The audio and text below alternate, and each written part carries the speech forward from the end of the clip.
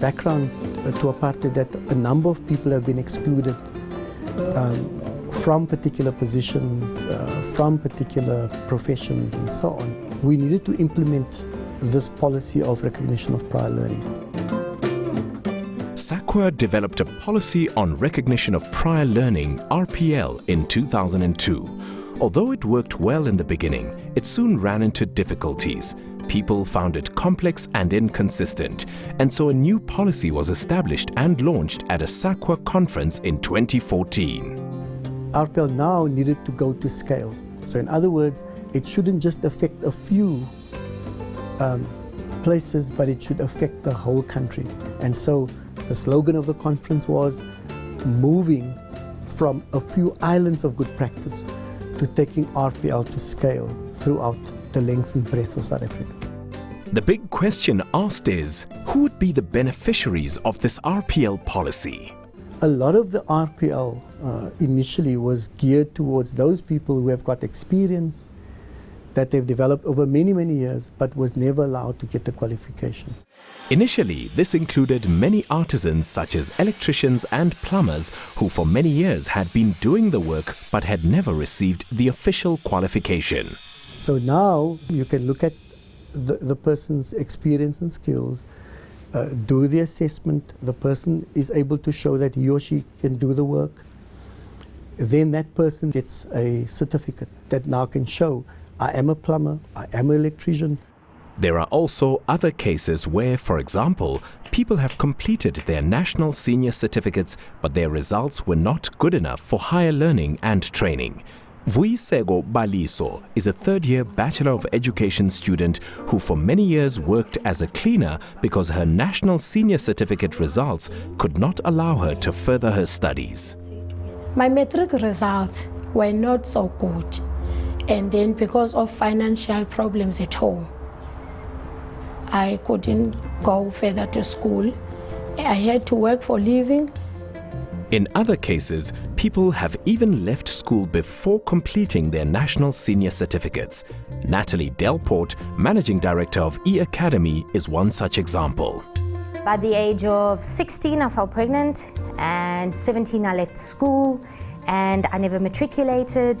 So the only jobs I could ever get in life was a cashier, an assistant, an administrator, but I never really got the kind of jobs that I wanted.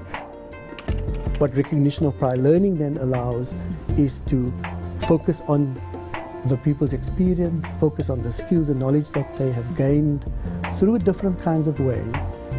And now what happens is that they would be assessed to see whether through their experience they have built up enough experience, enough skills in order to get access to a formal qualification. I had to literally put an assignment together, portfolio of evidence, of my life from the day I started working to date. In every single position where I portrayed leadership skills, where I was put into positions of management and leadership, and I had to say what were the lessons learned, what could I have done better, what did I do great, and literally it felt like I was plotting my life on paper, you know, like I was writing my story. The policy that SAQA has published and that is operative says that people can come in at different levels. Where, for example, somebody has done something that is uniquely profound and that brings in new knowledge. And so by looking at the person's skills and experience, the person may, for example, go in not necessarily at a degree level, a first degree level, but the person may go in at a higher level, at the honors level, at a master's level.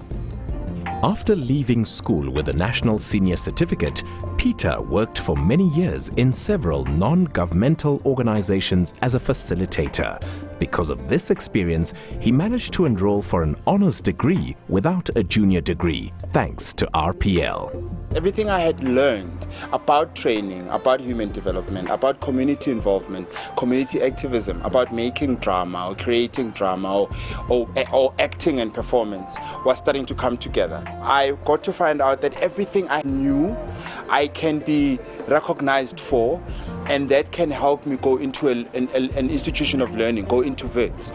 In some cases, RPL can assist people who do not have the required qualification for a certain position in the workspace. Somebody has worked in management for many, many years.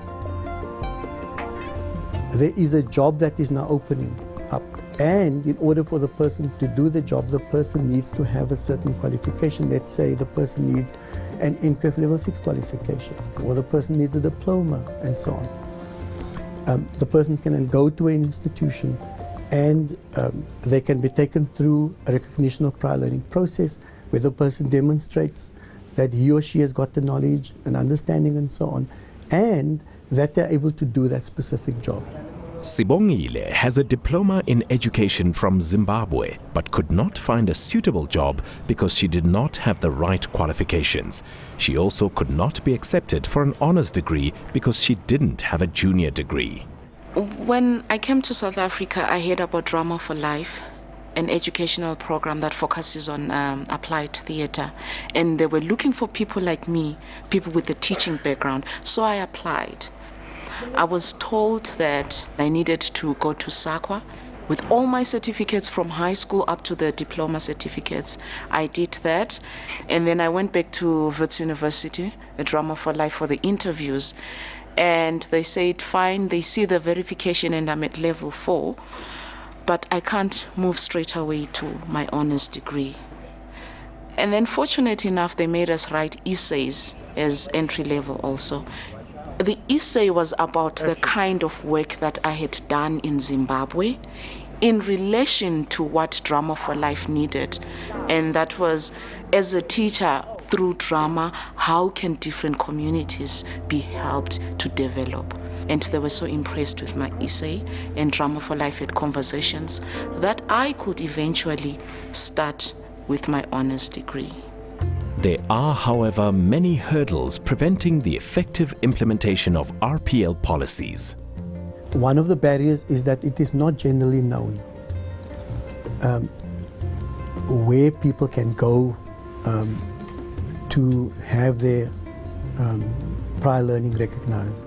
Betty, who now has Bachelor of Laws or LLB degree, left school without a national senior certificate in 1987. She thought she'd be destined to a life of low-paying jobs. I sort of heard by chance about RPL. You know, one of our people in our church, Duncan, is a teacher. He just by chance said, you know, there's this RPL program that mature people can go and study and stuff. You don't need matric for that. And when he said that, I said to myself, that is it for me. Another hurdle is that the institutions that are supposed to implement RPL lack knowledge and consistency.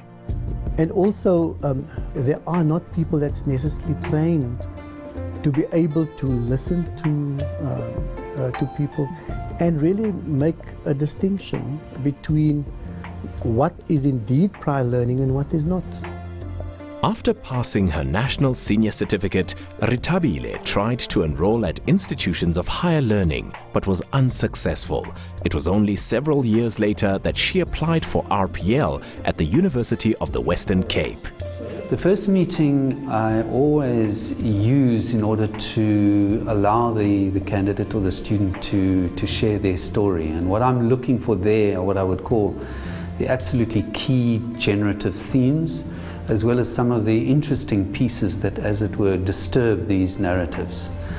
Because often that's where the key knowledge, learning, understandings are being developed. So it's really a conversation to start. We refer to it as a learning conversation, but obviously I'm listening with particular lenses as to what kind of knowledge, what kind of skills,